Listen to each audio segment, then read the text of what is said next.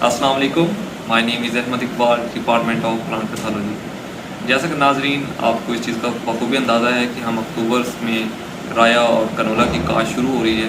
हमें अब इसमें सेलेक्ट करना चाहिए कि राया काश्त करें या कनोला, क्योंकि ये फसल जो है राया कनोला की बहुत रिस्की फसल है।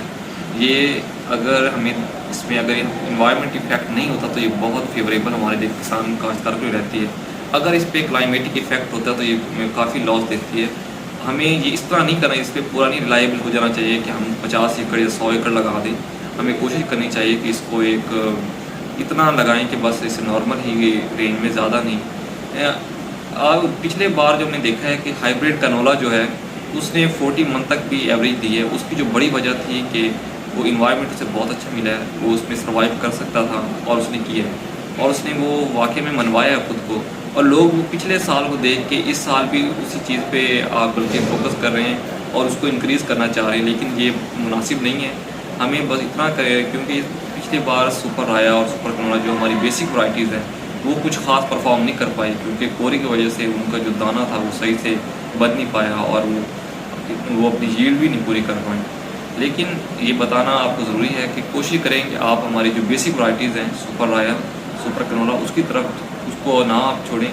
अगर आप 2 एकड़ हाइब्रिड के लगाते हैं तो साथ आपको 2 एकड़ सुपर राया या सुपर कनोला के भी लगा लेने चाहिए, ताकि जो लॉसेस हैं कम से कम हो और अगर बेनिफिट होता है तो वो भी अच्छे से हो, इक्वल हो इसमें। क्योंकि फार्मर एक हमारी ऐसी बैकबोन है, अगर वो डैमेज होती है तो समझो हमारी मुल्क की माशत तबाह होने की तरफ जाती है। तो बेहतर है कि हमें इस टाइम जो हाइब्रिड कनोला एव्यूल ग्रुप का है 00 के नाम से इस बार प्रोड्यूस करवाया गया है। वो बेहतरीन वैरायटी है, पिछले बार उसने खुद को मनवाया है। सब एरियाज में जो है जनूबी पंजाब के उसने 37-38 तक भी उसकी यील्ड आई है। अगर जो सबसे बड़ी बात है हमारी मैनेजमेंट, अगर हम इसको मैनेज अच्छे तरीके से करते हैं तो हमें ये ज़रूर उसका रिवार्ड देगा। हर चीज़ जिस पे मेहनत की जाती है आपको उसका रिवार्ड ज़रूर मिलता है। इसकी जो काश्त की जो तरीके हैं वो 2-3 तरीके हैं। पहले तो दौर में हम सिर्फ गपछट और वतर पे काश्त करते थे। अब जो न्यू एडवांस टेक्निक में हम इस पर ड्रिल भी कर रहे हैं, इसको केलियों पे भी काश्त कर रहे हैं। उसका आपको मैं सीड रेट बताता चलूँ कितना कितना सीड चाहिए। अगर हम गपछट और वतर पे करते हैं तो हमें 2 kg पर एकड़ के लिए काफ़ी है, बहुत है सीड। और इसके ये 2 kg के बाद भी हमें इसमें राय या कनोला उसमें छिदराई करवानी पड़ती है, ताकि जो प्लांट ग्रोथ है वो ज़्यादा से ज़्यादा हो। ये जो कनोला है ये 00 में आपका मकसद जो कनोला का बताने का है वो हाइब्रिड ये हमारे इस टाइम बहुत ज़रूरी हो चुका है। और हर फार्मर को चाहिए कि जो इसका ऑयल है वो अपने घर के लिए भी इस्तेमाल करे, क्योंकि सबसे पहले इंसान को अपनी फैमिली को सिक्योर करना चाहिए।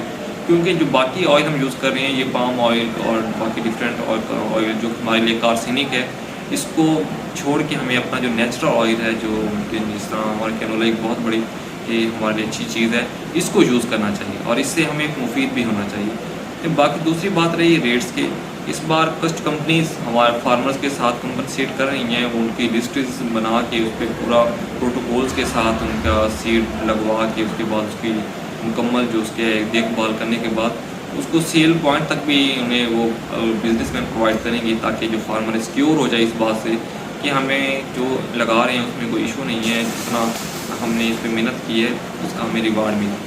और दूसरी जो इसकी है ड्रिल, अगर हम इसको ड्रिल करते हैं तो उसमें 300 से 400 ये 1.5 किलो kg भी ड्रिल में बेहतरीन हम ड्रिल में यूज़ कर सकते हैं। अगर बेड्स पे लगाते हैं तो 700 ग्राम भी सीड यूज़ किया जा सकता है। शुक्रिया, अल्लाह हाफ़िज़।